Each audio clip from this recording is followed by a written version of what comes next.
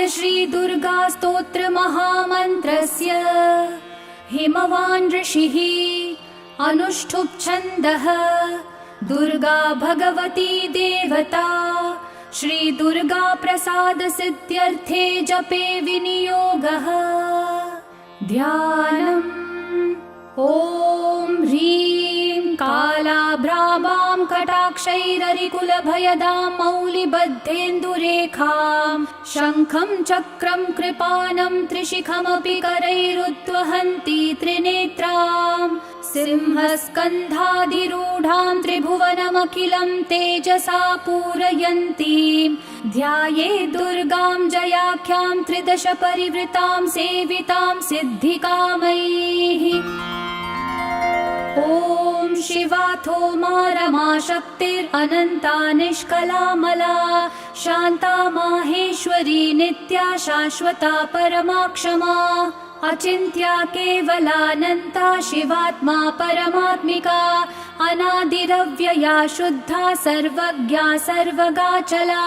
एकानेकविभागस्था मायातीता सुनिर्मला महामाहेश्वरी सत्या महादेवी निरञ्जना काष्ठा सर्वान्तरस्थापि चिच्चक्षिश्चा त्रिलालिता सर्वा सर्वात्मिका विश्वा ज्योतिरूपाक्षरामृता शान्ता प्रतिष्ठा सर्वेषा निवृत्तिरमृता प्रदा व्योममूर्तिर्व्योम संस्था व्योमधाराच्युतातुला अनादिनिधनामोघा कारणात्मक कलाकुला ऋतु प्रथम जानाभिरमृतात्मः समाश्रया प्राणेश्वर प्रिया नम्या महामहिषघातिनी प्राणेश्वरी प्राणरूपा प्रधान पुरुषेश्वरी सर्वशक्ति कलाकामा महिषेष्ट विनाशिनी सर्वकार्यनियन्त्री च सर्वभूतेश्वरेश्वरी अङ्गदादिधरा चैव तथा मुकुटधारिणी सनातनी महानन्दाकाशयोनिस्तथेच्यते चित्प्रकाशस्वरूपा च महायोगेश्वरीश्वरी महामाया सदुष्पारा मूलप्रकृतिरीशिका संसारयोनिः सकला सर्वशक्ति समुद्भवा संसारपारा दुर्वारा दुर्निरीक्षा दुरासदा प्राणशक्तिश्च सेव्या च योगिनी परमा कला महाविभूतिर्दुर्दर्शा मूलप्रकृतिसम्भवा अनाद्यनन्त विभवा परार्था पुरुषारणीः सर्गस्थित्यन्तकृच्चैव सुदुर्वाचा दुरत्यया शब्दगम्या शब्दमाया शब्दाख्यानन्दविग्रहा प्रधानपुरुषातीता प्रधानपुरुषात्मिका पुराणी चिन्मया पुंसामिष्टदा पुष्टिरूपिणी पूतान्तरस्था कूटस्था महापुरुषसंज्ञिता जन्म मृत्यु जरातीता सर्वशक्ति स्वरूपिणी वाञ्छा प्रदानवच्छिन्न प्रधानानुप्रवेशिनी क्षेत्रज्ञा चिन्त्य शक्तिस्तु प्रोच्यते व्यक्तलक्षणा मलापवर्जितानादि माया तृतीयतत्त्विका प्रीतिश्च प्रकृतिश्चैव गुहावासा तथोच्यते महामाया नगोत्पन्ना तामसी च ध्रुवा तथा व्यक्ता व्यक्तात्मिका कृष्णा रक्ता शुक्ला ह्यकारणा प्रोच्यते कार्यजननी नित्यप्रसवधर्मिणी सर्गप्रलयमुक्ता च सृष्टिस्थित्यन्तधर्मिणी ब्रह्मगर्भा चतुर्विंशः स्वरूपा पद्मवासिनी अच्युताह्लादिका विद्युद्ब्रह्मयोनिर्महालया महालक्ष्मी समुद्भाव भावितात्मा महेश्वरी महाविमानमध्यस्था महानिद्रा सकौतुका सर्वार्थधारिणी सूक्ष्मा ह्यविद्या परमार्थदा अनन्तरूपानन्तार्था तथा पुरुषमोहिनी अनेकानेकहस्ता च कालत्रयविवर्जिता ब्रह्मजन्माहर प्रीता मतिर्ब्रह्म शिवात्मिका ब्रह्मेश विष्णु सम्पूज्या ब्रह्माख्या ब्रह्म संज्ञिता व्यक्ता प्रथमजा ब्राह्मी महारात्रि प्रकीर्तिता ज्ञानस्वरूपा वैराग्य रूपैश्वर्य रूपिणी धर्मात्मिका ब्रह्ममूर्ति प्रतिश्रुतपुमर्थिका अपां योनिः स्वयंभूता मानसी तत्त्वसम्भवा ईश्वरस्य प्रिया प्रोक्ता शङ्करार्धशरीरिणी भवानी चैव रुद्राणी महालक्ष्मीस्तथाम्बिका महेश्वरसमुत्पन्ना भुक्तिमुक्तिप्रदायिनी सर्वेश्वरी सर्ववन्द्या नित्यमुक्ता सुमानसा महेन्द्रोपेन्द्रनमिता शाङ्करी शानुवर्तिनी ईश्वरार्धासनगता माहेश्वरपतिव्रता संसारशोषिणी चैव पार्वती हिमवत्सुता परमानन्ददात्री च गुणाग्र्या योगदा तथा ज्ञानमूर्तिश्च सावित्री लक्ष्मी श्रीकमला तथा अनन्तगुणगम्भीरा युरो नीलमणिप्रभा सरोजनिलया गङ्गा योगिध्येया सुरार्दिनी सरस्वती सर्वविद्या जगज्येष्ठा सुमङ्गला वाग्देवी वरदा वर्या कीर्ति सर्वार्थसाधिका वागीश्वरी ब्रह्मविद्या महाविद्या सुशोभना ग्राह्यविद्या वेदविद्या धर्मविद्यात्मभाविता स्वाहा विश्वम्भरा सिद्धिः साध्या मेधा धृतिकृतिः सुनीतिः संस्कृतिश्चैव कीर्तिता नरवाहिनी पूजा विभाविनी सौम्या भोग्य भाग्भोगदायिनी शोभावती शाङ्करी च लोला माला विभूषिता परमेष्ठी प्रिया चैव त्रिलोकी सुन्दरी मता नन्दा सन्ध्या कामधात्री महादेवी सुसात्विका महामहिषदर्पग्नि पद्ममाला गहारिणी विचित्रमुकुटा रामा कामदाता प्रकीर्तिता पीताम्बरधरा दिव्य विभूषण विभूषिता दिव्याख्या सोमवदना जगत् संसृष्टिवर्जिता निर्यन्त्रा यन्त्रवाहस्था नन्दिनी रुद्रकालिका आदित्यवर्णा कौमारी मयूरवरवाहिनी पद्मासनगता गौरी महाकाली सुरार्चिता अदितिर्नियता रौद्री पद्मगर्भा विवाहना विरूपाक्षा केशिवाहा गुहापुरनिवासिनी महाफला नवद्यांगी कामरूपा सरिद्वरा भास्वद्रूपा मुक्तिदात्री प्रणतक्लेशभञ्जना कौशिकी गोमिनी रात्रिस्त्रितशारि विनाशिनी बहुरूपा सुरूपा च विरूपा रूपवर्जिता भक्तातिशमना भव्या भवभावविनाशिनी सर्वज्ञानपरिताङ्गी सर्वासुरविमर्दिका पिकस्वनी सामगीता भवाङ्कनिलया प्रिया दीक्षा विद्याधरी दीप्ता महेन्द्राहितपातिनी सर्वदेवमया दक्षा समुद्रान्तरवासिनी अकलङ्का निराधारा नित्यसिद्धा निरामया कामधेनु बृहद्गर्भा धीमती मौननाशिनी निस्सङ्कल्पा निरातङ्का विनया विनयप्रदा ज्वालामाला सहस्राढ्या देवदेवी मनोमया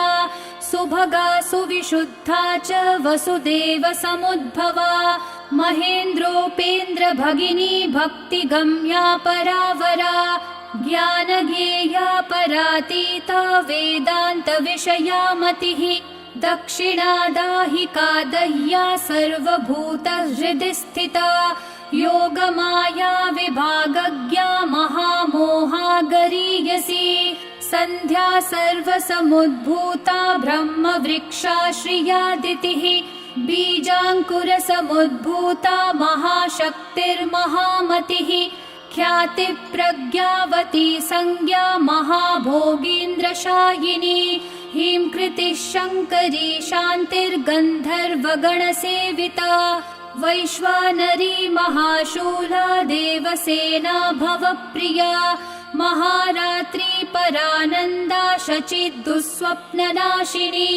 ईढ्या जया जगद्धात्री दुर्विज्ञेया सुरूपिणी गुहाम्बिका गणोत्पन्ना महापीठा मरुत्सुता हव्यवाहा भवानन्दा जगद्योनि प्रकीर्तिता जगन्माता जगन्मृत्युर्जरातीता च बुद्धिदा सिद्धिदात्री रत्नगर्भा रत्नगर्भाश्रया परा दैत्यहन्त्री स्वेष्टदात्री मङ्गलैकसुविग्रहा पुरुषान्तर्गता चैव समाधिस्था तपस्विनी दिवि स्थिता त्रिनेत्रा च सर्वेन्द्रियमनाधृतिः सर्वभूतहृदि स्था च तथा संसारतारिणी वेद्या ब्रह्म विवेद्या च महालीला प्रकीर्तिता ब्राह्मणी बृहती ब्राह्मी ब्रह्मभूतागहारिणी हिरण्मयी महादात्री संसार परिवर्तिका सुमालिनी सुरूपा च भास्विनी धारिणी तथा उन्मूलिनी सर्वसभा सर्वप्रत्यय साक्षिणी सुसौम्या चन्द्रवदना ताण्डवासक्तमानसा सत्त्वशुद्धीकरी शुद्धा मलत्रय विनाशिनी जगत्त्रयी जगन्मूर्तिस्त्रिमूर्तिरमृताश्रया विमानस्था विशोका च शोकनाशिन्यनाहता हेमकुण्डलिनी काली पद्मवासा सनातनी सदा कीर्तिः सर्वभूतशया देवी सतां प्रिया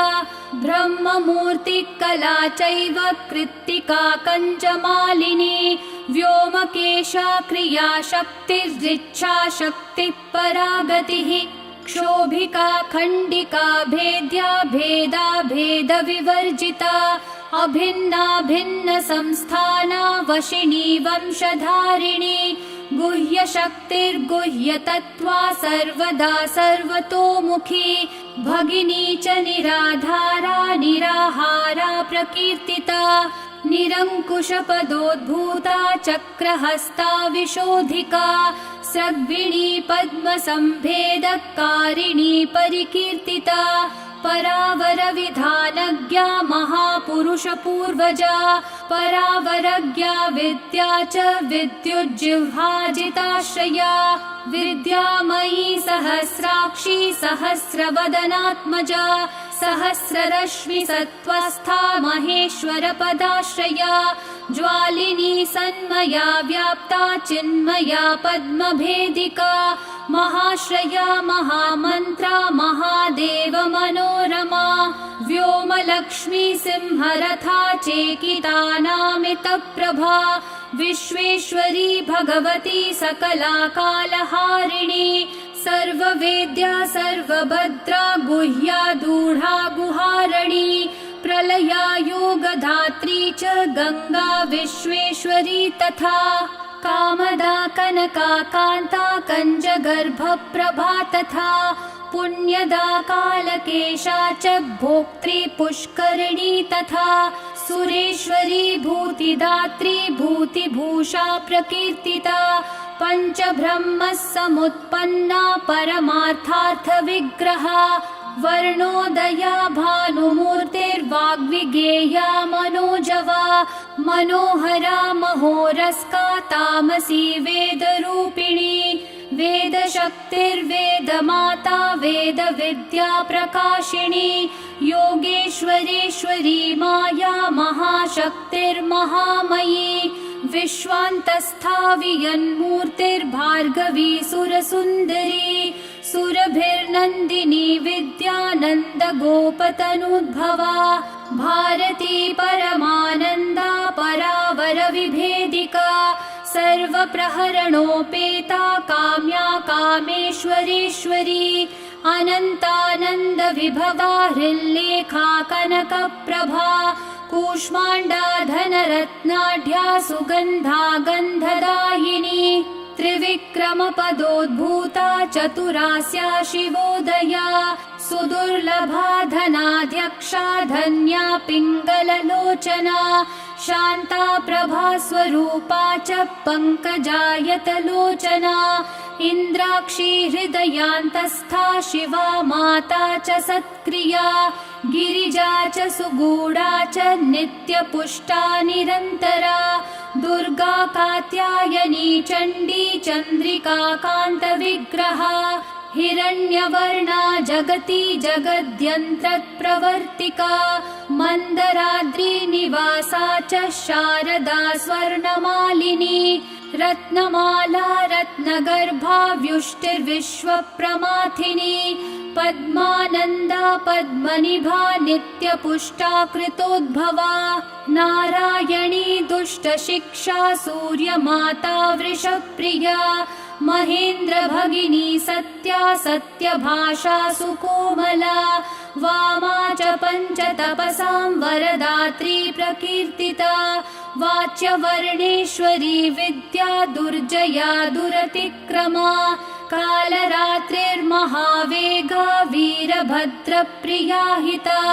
भद्रकाली जगन्माता भक्तानां भद्रदायिनी कराला पिङ्गलाकारा कामभेत्री महामनाः यशस्विनी यशोदा च षडध्वपरिवर्तिका शङ्खिनी पद्मिनी सङ्ख्या साङ्ख्ययोगप्रवर्तिका चैत्रादिर्वत्सरारूढा जगत्सम्पूर्णीन्द्रजा शुम्भग्नि खेचराराध्या कम्बुग्रीवा बलीडिता खगारूढा महेश्वर्य सुपद्मनिलया तथा विरक्ता गरुडस्था च जगति हृद्गुहाश्रया शुम्भादिमथना भक्तः हृद्गह्वरनिवासिनी जगत्त्रयारणी सिद्धः सङ्कल्पा कामदा तथा सर्वविज्ञानदात्री च नल्पकल्मषहारिणी सकलोपनिषद्गम्या दुष्टदुष्प्रेक्ष्य सत्तमा सद्वृता लोकसंव्याप्ता तुष्टिः पुष्टिक्रियावती विश्वामरेश्वरी चैव भुक्तिमुक्तिप्रदायिनी शिवाधृता लोहिताक्षी सर्पमाला विभूषणा निरानन्दा त्रिशूलासी धनुर्बाणादिधारिणी अशेषध्येयमूर्तिश्च देवतानां च देवता वराम्बिका गिरे पुत्री निशुम्भविनिपातिनी सुवर्णा स्वर्णलसितानन्तवर्णा सदा धृता शाङ्करी शान्तहृदया अहोरात्रविधायिका विश्वगोप्त्री गूढरूपा गुणपूर्णा च गार्ग्यजा गौरी शाकम्भरी सत्यसन्धा सन्ध्यात्रयी धृता सर्वपापविनिर्मुक्ता सर्वबन्धविवर्जिता साङ्ख्ययोगः समाख्याता अप्रमेया मुनिडिता विशुद्धसुकुलोद्भूता बिन्दुनादः समाधृता शम्भुवामाङ्कगा चैव शशितुल्यनिभानना वनमाला विराजन्ती अनन्तशयनाधृता नरनारायणोद्भूता नारसिंही प्रकीर्तिता दैत्यप्रमाथिनी शङ्खचक्रपद्मगदाधरा सङ्कर्षणः समुत्पन्ना अम्बिका सज्जनाश्रया सुवृता सुन्दरी चैव धर्मकामार्थदायिनी मोक्षदा भक्तिनिलया पुराणपुरुषाधृता महाविभूतिदाराध्या सरोजनिलया समा अष्टादशभुजानादिर्निलोत्पलदलाक्षिणी सर्वशक्तिः समारूढा धर्मविवर्जिता वैराग्यज्ञाननिरता निरालोका निरिन्द्रिया विचित्रगहनाधारा शाश्वतस्थानवासिनी ज्ञानेश्वरी पीतचेला वेदांगपारगा मनस्विनी मन्युमाता महामन्युसमुद्भवा अमन्युरमृता स्वादा पुरन्दरपरिष्टुता अशोच्या भिन्न विषया हिरण्यरजतप्रिया हिरण्यजननी भीमा हेमाभरणभूषिता विभ्राजमाना दुर्गेया ज्योतिष्टोमफलप्रदा महानिद्रा समुत्पत्तिरनिन्द्रा सत्यदेवता दीर्घा ककुद्मिनी पिङ्गज्जटाधारा मनोज्ञधीः महाश्रया रमोत्पन्ना तमपारे प्रतिष्ठिता त्रितत्त्वमाता त्रिविधा सुसूक्ष्मा पद्मसंश्रया शान्त्यतीतः कलातीतविकारा श्वेतचेलिका चित्रमाया शिवज्ञानस्वरूपा दैत्यमाथिनी काश्यपी कालसर्पा भवेणिका शास्त्रयोनिका त्रयी मूर्तिक्रिया मूर्तिश्चतुर्वर्गा च दर्शिनी नारायणी नरोत्पन्ना कौमुदी कान्तिधारिणी कौशिकी ललिता लीला परावर विभाविनी वरेण्य अद्भुतं महाम्या वडवा वामलोचना सुभद्रा चेतनाराध्या शान्तिदा शान्तिवर्धिनी जयादिशक्तिजननी शक्तिचक्रप्रवर्तिका त्रिशक्तिजननी जन्या शत्सूत्रपरिवर्णिता सुधौतः कर्मणाराध्या युगान्तदहनात्मिका संकर्षिणी जगद्धात्री कामयोनिकिरीटिनी ऐन्द्रित्रैलोक्यनमिता वैष्णवी परमेश्वरी पद्युन्मज्जननी बिम्बः समोष्ठी पद्मलोचना मदोत्कटाहंसगति प्रचण्डा चण्डविक्रमा वृषाधीशा परात्मा च विन्ध्या पर्वतवासिनी हिमवन्मेरुनिलया कैलासपुरवासिनी चाणूरहन्त्री नीतिज्ञा कामरूपात्रयी तनूः व्रतस्नाता धर्मशीला सिंहासननिवासिनी वीरभद्रा धृता वीरा महाकालः समुद्भवा विद्याधरार्चिता सिद्धः साध्याराधितपादुका श्रद्धात्मिका पावनी च मोहिनी अचलात्मिका महाद्भुता वारिजाक्षी सिंहवाहनगामिनी मनिषिणी सुधावाणी वीणावादनतत्परा श्वेतवाहनि सेव्या च लसन्मतिररुन्धती हिरण्याक्षी तथा चैव महानन्दप्रदायिनी वसुप्रभा सुमाल्याप्तकन्धरा पङ्कजानना परावरावरारोहा सहस्रनयनार्चिता श्रीरूपा श्रीमती श्रेष्ठा शिवनाम्नी शिवप्रिया श्रीप्रदा श्रितकल्याणा श्रीधरार्धशरीरिणी श्रीकलानन्तदृष्टिश्च यक्षुत्रारातिसूदनी रक्तबीजनिहन्त्री च दैत्यसङ्गविमर्दिनी सिंहारूढा सिंहिकास्या दैत्यशोणितपायिनी सुकीर्ति सहिता छिन्नः संशया रसवेदिनी गुणाभिरामा नागारिवाहना निर्जरार्चिता नित्योदिता स्वयं ज्योतिः स्वर्णकाया प्रकीर्तिता वज्रदण्डाङ्किता चैव तथा मृतसञ्जीवनी वज्रच्छन्ना देवदेवी वरवज्रस्वविग्रहा माङ्गल्या मङ्गलात्मा च मालिनी माल्यधारिणी गन्धर्वी तरुणी चान्द्री खड्गायुधधरा तथा सौदामिनी प्रजानन्दा तथा प्रोक्ता भृगुद्भवा एकानङ्गा च शास्त्रार्थ कुशला धर्मचारिणी धर्मसर्वस्ववाहा च धर्मा धर्मविनिश्चया धर्मशक्तिर्धर्ममया धार्मिकानां शिवप्रदा विधर्मा विश्वधर्मज्ञा धर्मार्थान्तरविग्रह धर्मवर्ष्मा धर्मपूर्वा धर्मपारङ्गतान्तरा धर्मोपदेष्ट्री धर्मात्मा धर्मगम्या धराधरा कपालिनी शाकलिनी कलाकलितविग्रहा सर्वशक्ति विमुक्ता च कर्णिकारधराक्षरा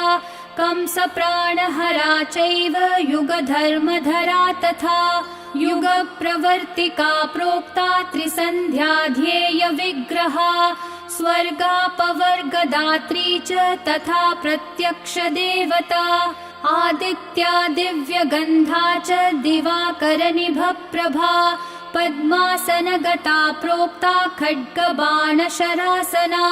शिष्टा विशिष्टशिष्टेष्टा शिष्टश्रेष्ठ प्रपूजिता शतरूपा शतावर्ता विततारा समोदिनी सूर्येन्दुनेत्रपद्युम्न जननी सुष्ठुमायिनी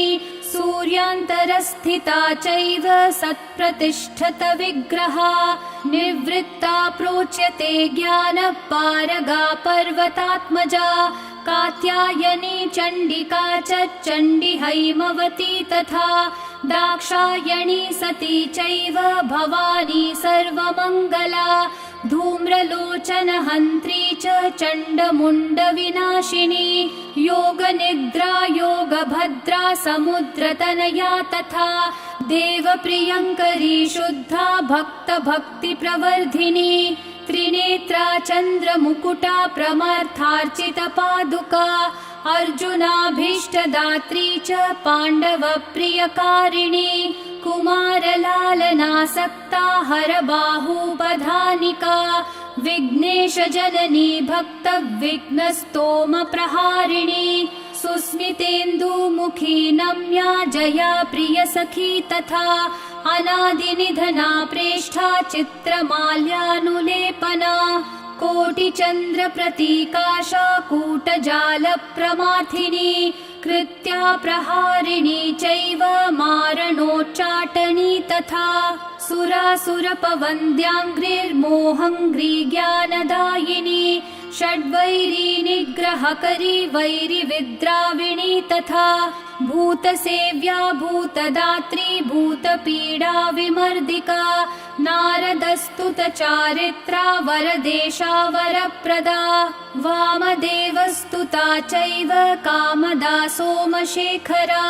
दिक्पालसेविता भव्या भामिनी भावदायिनी स्त्रीसौभाग्यप्रदात्री च भोगदारोगनाशिनी व्योमगा भूमिगा चैव मुनिपूज्यपदाम्बुजा वनदुर्गा च दुर्बाधा महादुर्गा प्रकीर्तिता इतीदं कीर्तिदं भद्रद्दुर्गा नाम सहस्रकम् त्रिसन्ध्यं यः पठेत् नित्यं तस्य लक्ष्मी स्थिरा भवेत् ग्रहभूतपिशाचादिपीडा नश्यत्य संशयम् बालग्रहादिपीडाया शान्तिर्भवति कीर्तनात् मारिकादिमहारोगे पठतां सौख्यदं नृणाम् व्यवहारे च जयदं शत्रुबाधानिवारकम् दम्पत्यो कलहे प्राप्ते मिथः प्रेमाभिवर्धकम् आयुरारोग्यदं पुंसां सर्वसम्पत्प्रदायकम् विद्याभिवर्धकं नित्यं पठतामर्थसाधकम् शुभदं शुभकार्येषु पठतां शृणुतामपि। ॐ श्री दुर्गा सहस्रनामस्तोत्रम् सम्पूर्णम्।